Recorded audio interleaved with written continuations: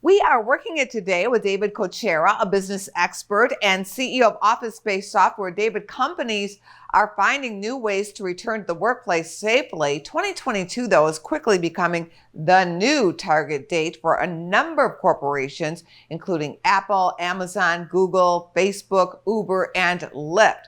What's ahead? Yeah, I think what's ahead for us is a little bit more uncertainty as we find our way back into the workplace and further define what sort of flexibility we're going to provide employees as they have the blend of working from home or working from non-work or office locations, and then also getting back into the workspace, into the office, and having starting to work from there again. Are there any new innovations and best practices that companies should be using? Well, first, I think it's important to understand the company culture, historic company culture, and how people worked best together in the past. And then we've also seen a lot of companies, they're taking the practice of polling their employees. They're looking at employee engagement statistics. They are actually putting focus groups together and talking with different groups within their companies about how they work best. Because what might work for one group within a company might not work for another.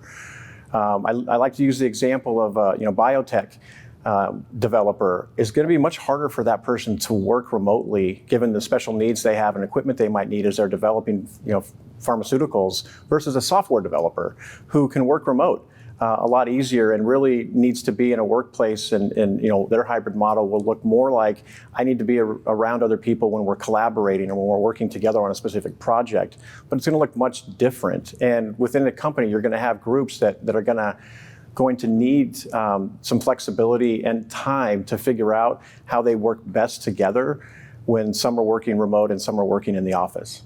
Do you think companies are ready for change? I think they are. I think people are ready to get to whatever the new normal is. And I think employees are too. I know in talking with our employees, there's a desire to get back to more human interaction versus video interaction. But at the same time, I think companies and employees are also, they're kind of stuck in this cycle of change right now, and anticipation of when we might have a return to the new normal and develop this hybrid workplace. And that's evolving every week and every month, as we've noticed just by the rise and fall of the numbers based on the pandemic.